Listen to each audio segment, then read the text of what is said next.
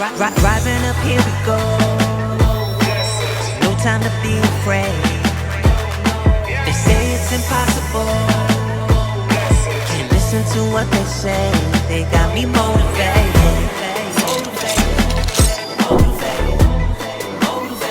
Oh yeah, I'm motivated.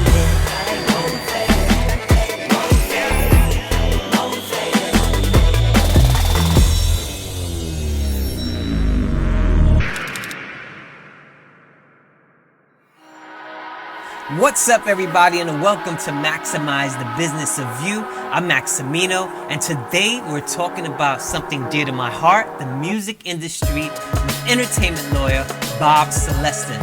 Bob has been in the game for over 30 years. He's an OG in the game. He's worked with clients such as Pop Smoke, 6ix9ine, XXXTENTACION, Stay Solid, Rocky, and Designer, just to name a few. We are in for a good episode. Bob, what's up, baby?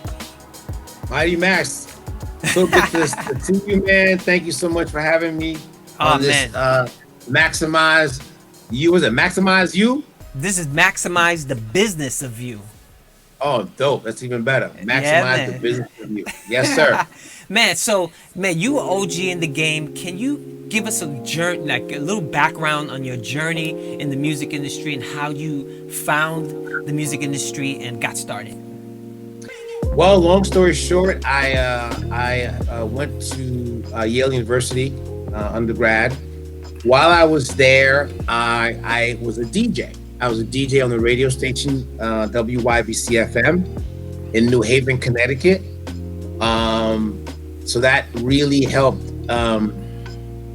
encourage, motivate my love of music, because I was at one point the program and music director of what was known as Black Spectrum. It was a programming slot that primarily played, R&B, jazz, and obviously hip hop, which was in its ascendancy at that time. While I was there at Yale, I took a course on Black culture, and the premise of the course was that American culture is created by or very heavily influenced by Black people. And I said, well, I want to work in a business, the product of which is primarily created and still is created by Black people, and that was the music industry. So it was a natural evolution from being a DJ to trying to figure out, well, how do I get into the music business, right? And luckily for me at the time, my radio station was, I was visited frequently by record and label promotions people that would take a train from New York, from the record companies in New York, and come down to New Haven, Connecticut to meet with me at the radio station to pitch their music. And I developed a relationship with people like Sylvia Rohn, for example, and Sharon Hayward and Eddie George. And these were all professional radio promotion folks that inspired me or suggested that I think about going to law school. And I said, well, why? I said, well, music lawyers run the music business, and there was a need for Black attorneys because, again, this was an industry that was and still is created by Black folk. The foundation of the music business is Black music. So I knew I couldn't rap at the time. I couldn't sing. I couldn't dance. I said, but I could think. I was smart. I said, well, what does it take to become a lawyer? I said, well, you got to be able to read. I said, well, check that box. I can read. I love to read. Second thing is, you need to be able to write. Check that box. I think I write pretty well. And then you have to be able to think and reason and be able to critically analyze things. Well, I could definitely do all three of those things. And decided to go to law school. Ended up going to Columbia Law School in Harlem. At that time, the music business, actually the rap music business, was in its infancy. Russell Simmons had created Rush Management and was managing artists like Curtis Blow and starting his empire. And then you had Spike Lee on the other hand doing She's Gotta Have It on the film side. So it was sort of like, a second Black renaissance, musical and creative renaissance. And I was very young at the time, got caught up in it. Ultimately got a job with Arista Records in their legal department. That was the home of Whitney Houston, It was a label that was run by Clive Davis, the legendary Clive Davis. During that time period, I met a guy named Andre Orell, and he hired me to come in and work as the vice president and general manager of Uptown Records for about 3 years. It was a great experience. Probably, I would say that experience was the foundation of my career in the music industry as a lawyer. I ultimately became a manager, but I was there and we signed Jodeci, Mary J. Blige, Heavy D, Guy. Puffy was an intern when I got there. Shout out to Puff. He's definitely done very, very well for himself over the years. Then I went to work for another company called Untouchables Entertainment, which was a joint venture with L.A. Reid and LaFace Records. And that company released, was owned by a guy named DJ Eddie F. DJ Eddie F was the DJ for Heavy D and the Boys. And we released Intro, a group called Intro, an R&B trio called Intro. We released Pete Rock and CL Smooth. Man, you taking me back, Bob. You taking me back, baby. Back. You want to go back? I'm giving you the history. And then we had another R&B singer named Donnell Jones that came out of the Untouchables. Great artist. Right? And then I went to work in-house with an attorney named Louise West. She was a music attorney, still is, sort of the grande dame of the music industry and sort of like the mother of a lot of my fellow Black entertainment attorneys. And at the time, collectively, we represented Timbaland, Missy Elliott, Genuine. And then in 2000, I was out on my own. I've been on my own since 2000. Represented P.D. Pablo, a group called 3LW. I also ended up co-managing a group called City High that came out. We had a joint venture with L.A. Reid and Wyclef and Jerry Wonder, and we had a hit record called What Would You Do? A song called Caramel. It was two Black artists and a beautiful Puerto Rican girl named Claudette Ortiz. Yep. And it was great that I was doing that at the time because in 2000, the music industry got really hit hard by a software named Napster. Transition, Napster baby. almost destroyed the music industry. A couple of years later, Steve Jobs created iTunes, right? Which kind of put a little bit of a finger in the dam that had been broken. Would you put some of the blame on the music industry for not adopting technology and trying to fight it? Absolutely. In the very beginning, because if you really studied the history of it, the guy Sean Fanning, who created Napster, initially went to the record label and said, "Hey, I got this thing. I got this I got this software. I think this is like the future of distribution, and you guys should take a look at it." And they didn't, no, they were like happy getting their CD, so they were happy getting that $17, $11. You know what I mean? For that one record, that was just that. The rest of the records was trash. Shortly thereafter, Daniel Ek created this software called Spotify, the streaming software called Spotify. And that, in a nutshell, has really transformed the business and made it profitable again. Would you say Spotify is bringing the music industry back? And it already has brought the music business back, to a large extent. Streaming, especially during the pandemic, streaming it is at an all-time high on both the music and on the film and TV side. And those of us who are still like music industry OGs, as you say, we kind of like laugh to some degree because we often say to ourselves, it was technology that almost destroyed the music business, and it was technology that's bringing it back. Absolutely. So, like you say, the music industry's changed so much. What would you say artists, since it's changed so much, is no longer like you're just a great singer, a record label sees you, they invest money in you. Now, artists have to kind of run independently. What would you say about the independent movement right now? I mean, listen, you have no choice but to be independent. And in the very beginning, any artist that creates a record, produces a song, and puts it online is an independent artist. Record labels these days are not trying to invest in artists who have raw talent, as you just mentioned. They're not concerned that, you can sing well, you can rap well. That part of the music business that I grew up in which an artist would be signed based on their talent and their potential, and then developed into a superstar. Those days are gone. They're far and few in between. Right. It's almost like artists have to be their own startup company right now. Correct. And they have to build their own teams, invest their own money so they can get to a level where labels actually see them and invest in them. Correct. What would you say, if an artist is trying to build a team, what's the first person they need to get? I mean, to be honest with you, what they need to find another individual or a couple of individuals that believe in them, to believe in their vision of who they're going to be as artists. So I would say, quote unquote, a manager might be the first thing you want to look for. Someone or a couple of people that have a vision for you in your artistry, in your career, that you either have for yourself or they have a vision for you that you don't even have for yourself. They're like, oh, you should be at point 10, and you may only think that you can only get up to point 6 or 7, right? Or even point 5. You want a manager or a team of maybe 1 or 2 people who are going to help you, and then you can help divide some of the duties up. And hey, you're in the studio creating the art, and your manager is helping you with the social media and trying to put together a social media strategy about how to release these records.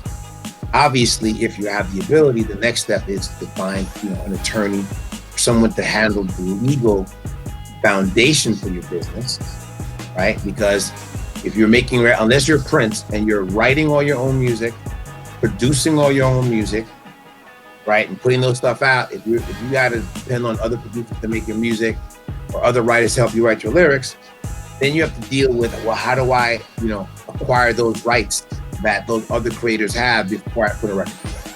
Let's talk about publishing. Let's talk about publishing. Publishing is the the lifeblood actually for musicians, right? I mean, if you are writing your songs, you're collecting that publishing check, and you're getting those royalties, and you're getting those sync licenses.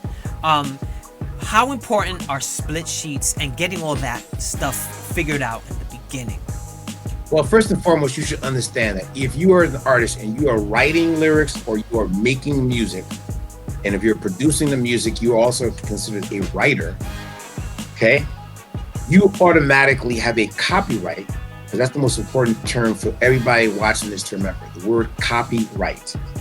What does that mean? That means once you create a song and you affix it to a tangible medium of expression, what is that?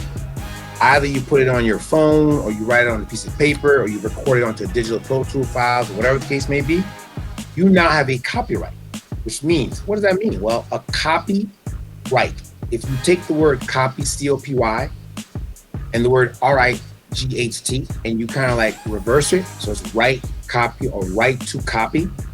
A copyright allows you, as the copyright owner, the right to allow others to use your music, distribute your music, commercially exploit your music. You have that right. And by virtue of having that right, you are also entitled to get compensated for allowing others to use this copyrighted material that you've created, this work of art. Now, one thing to understand, and I always say this when I speak on panels, one of the things that you can do easily to protect your copyright without having to go get and hire me or hire an attorney to do it, CYS, copyright your shit. Okay? Go to www.copyright.gov and you copyright your music. Right? Now, obviously, if there's more than one person writing it, each of you have an ownership interest in that copyright. A split sheet, as you were asking just a minute ago, is just a document in which all the creators of a particular song agree to what their ownership interest in that song or that recording is going to be. Understand that a song was worth 100%, right? Generally speaking, in R&B and hip hop, even in some pop music, that 100% is split 50% to the top liner who wrote the lyrics and came up with the melody. The other 50% goes to whoever does the music. So whenever you put together your percentages, you should have your calculator and make sure it equals 100%. Can you copyright one song, or do you have to copyright, like, let's say you did a whole album? Do you copyright the whole project as an album, Yes. or individual Yes. songs? You would go to the copyright office, go to the website, and you can do up to 10 songs in one copyright application. There's two forms to look out for. One is the SR form, which stands for sound recording, which means that you now own the actual digital Pro Tool files, or Cubase, or whatever those files are that people use to make this music. You own it. You own the sound recording. Are those two separate copyrights? Yes. So there's another copyright called the PA form. Right. So you have to pay for one and then pay for the other. Well, if you do an SR, it includes the PA. Gotcha. Right? But if you're just writing the lyrics or just coming up, you're composing music, but you don't own the sound recording, you would then get a PA copyright. I think it's called performing artist. And that's the PA. I always forget that. But you would then register the copyright to the lyrics and the music. Dope. So marketing and promotion is everything to me right now. Of course, you have to have good music, right? Good music is the foundation of getting out there as an artist. You have to have good music. But marketing to me has become so important now that it's almost as important as the record. What do you think about marketing, and how should artists market themselves in this new environment? Well, again, social media is going to be very important. Hold on a second. This is 6ix9ine. 6ix9ine. You just texted me, yeah. So, social media is going to be very important in terms of marketing and promotion and all that. What you want to do is make sure at the end of the day that you focus on social media at the beginning, at the interim. Social media is the most important foundation. After you've created the music, you've got to get on social media, Instagram, TikTok, very important, Facebook, Twitter, YouTube, very, very important, and start marketing yourself to these fans. If you can build a foundation of fans that will support you, and if you're consistent enough, that's the other key. Me and you have talked about this, the importance of consistency. Absolutely. Because this generation is a very short attention span generation. There is none. There is none. So, right. Out of sight, out of mind. So you got to consistently keep feeding your fans music and visuals, et cetera, so that you build this fan base and you feed this fan base, and with the hope that at some point, one of these songs or maybe a video will go viral. And if it goes viral, man, these record companies are going to chase after you. My client, the late XXXTENTACION, is a perfect example of that. May he rest in peace. At the end of the day, he stayed independent. He maintained ownership of his masters. And thankfully, he's able to pass that on to his mom and to his estate. And they're reaping the benefits of that.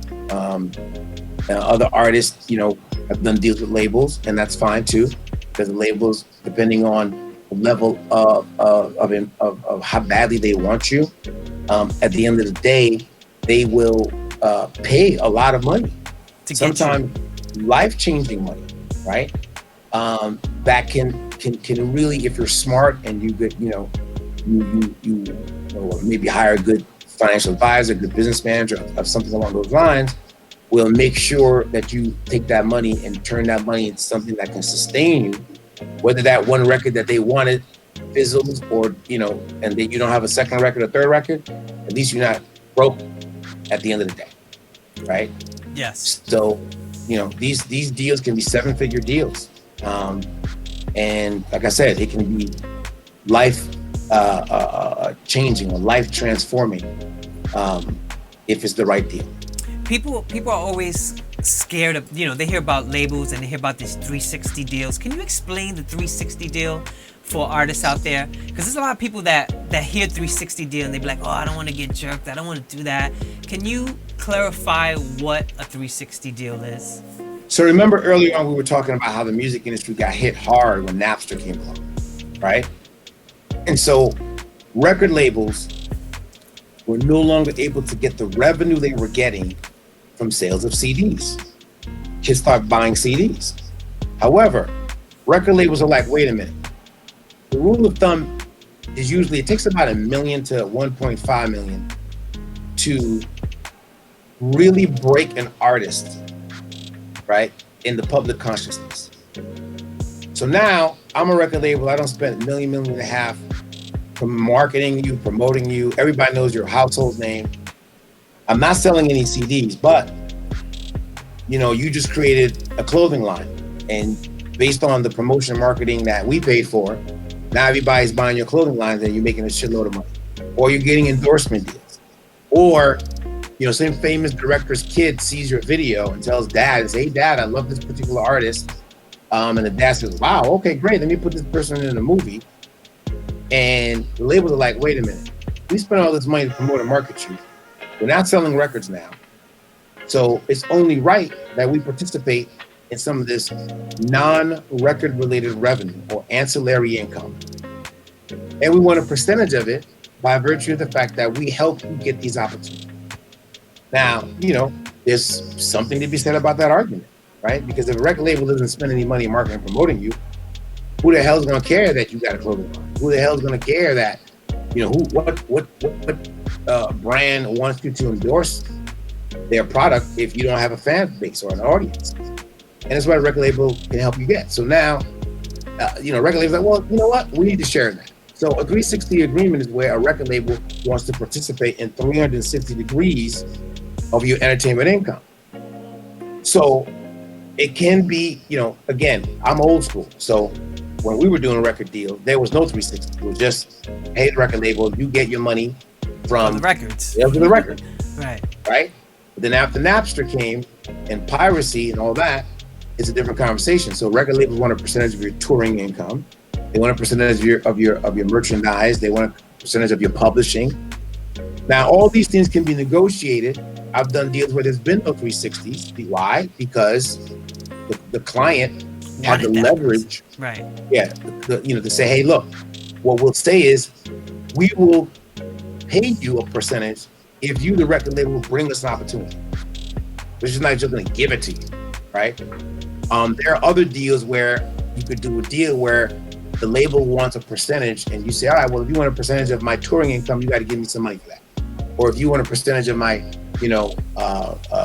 branding money, well, pay me, and I'll give you a percentage of the right. I'm just not going to give it to you, right? And then even if that's the case where you don't have that leverage, there are ways to kind of minimize the amount of money that the record label is asking. So it all boils down to leverage in terms of how these 360 rights can be negotiated. But keep in mind, if it's a major label, they're going to ask for 360 recording rights, and something to be scared about, because ultimately at the end of the day, if the label's taking 10, 15%, right, you're still making money, except that you're just making less than you would have if you were able to keep that percentage. You got to pay a manager a lot of times, you have to pay an agent, business manager, lawyer, and so sometimes that can hurt the bottom line. Especially if you're like a multi-member group with like 2, 3, 4 people in the group. Like, that's tougher, yeah. That could be tougher. So we're running out of time. So what advice would you give new artists out there? I know you talked about social media, but what other advice would you give them to get started and to really try to make an impact with their music? I mean, the number one thing is, you got to look in the mirror and ask yourself, hey, am I really that talented? And if I'm talented, and I believe that I'm talented, what's my work ethic like? As with anything in life, how hard am I willing to work? How committed am I to this potential career? A lot of people talk a good talk, but they don't have the determination or the work ethic. They're not willing to make the sacrifice that it takes to be successful, whether it's in this business, the music business, or in any kind of business. Got a lot of people who talk is cheap. Action, baby. And then the minute they hit an obstacle, Oh well, okay, it is what it is. I have a tremendous amount of respect for a lot of creatives that, who are successful, because 9.9 times out of 10, it wasn't a walk in the park. They've been doing it for a number of years, you know, perfecting their craft, and then you could quote unquote say they're lucky, but no, they've been consistent enough where an opportunity presented itself, and when the opportunity presented itself, they were ready. The Right. second thing I'd say is, once you make that determination and you say, okay, I'm willing to sacrifice. I'm willing to sacrifice time. I'm willing to sacrifice relationships. And then the last thing I'd say, once you've determined that you want to do this, consistency. As with anything, it's like, me and you work out. If we don't consistently go to the gym, we're not going to look as sexy as we do. Gotcha. You know what I'm saying? Can't go to the gym on Monday and then wait 6 months and then go to the gym again. You're not going to grow like that. Yeah. Nah. So you got to be consistent. It's got to be a lifestyle. I mean, there are artists that you and I can take a look at and say, if we're looking at them objectively, we'll say, man, they're not really that talented, But they work hard. but they work hard. Once they get to a level where they need to find a lawyer, how do they find a lawyer, and what are the fees involved? How I get money? Yeah. Percentage? Is it a fee? Is it a Okay, first retainer? and What is foremost- it? First and foremost, one, you want to, obviously, if you're looking for an attorney, you want to, try to make sure that you check out their credentials, what kind of experience that they have, what's been their track record, who are some of the clients they represent, et cetera, right? Then, when you engage an attorney, attorneys get paid in different ways. Some attorneys get paid hourly, but generally speaking, in the music industry, most attorneys will get paid a percentage. It can be as low as 5% of whatever the artist makes on a deal to 10%. It all depends. It works, especially if there's an actual deal on the table. If you come to an attorney, you're like, oh yeah, I want to retain you, and the attorney will say, well, what are you retaining me for? What is it that you're doing? You have something on the table. If it's just, hey, give me some advice and counsel, okay, great, work out a fee, maybe charge you an hourly fee or a flat fee to ask certain questions or whatever on a regular basis. But if there's a deal to be negotiated, then that's a different situation, and one in which, an attorney will take on your case, because they know that there's going to be some payment down the road. There's no antidote. Dope. So Bob, thank you, man, for being here on Maximize. I hope a lot of artists get some knowledge, gain some knowledge from this. And man, you're an OG. Everybody, like, if you need to find Bob, please share all your social medias. Where can people find you? Hit me up on the about you? Grizzam. Hit me up on the Grizzam at Bob Celestin, Celestin. Probably the best way. You can go to my website, which is www.raclawfirm.com. And Google me. When worse comes to worse, Google me. I'm Googleable. That's what's up, everybody. It's Bob Celestin, music industry entertainment lawyer, one of the Thanks best for the opportunity, Max. that I know, man. Maximize. Always bet on yourself. Remember that. Peace. Peace.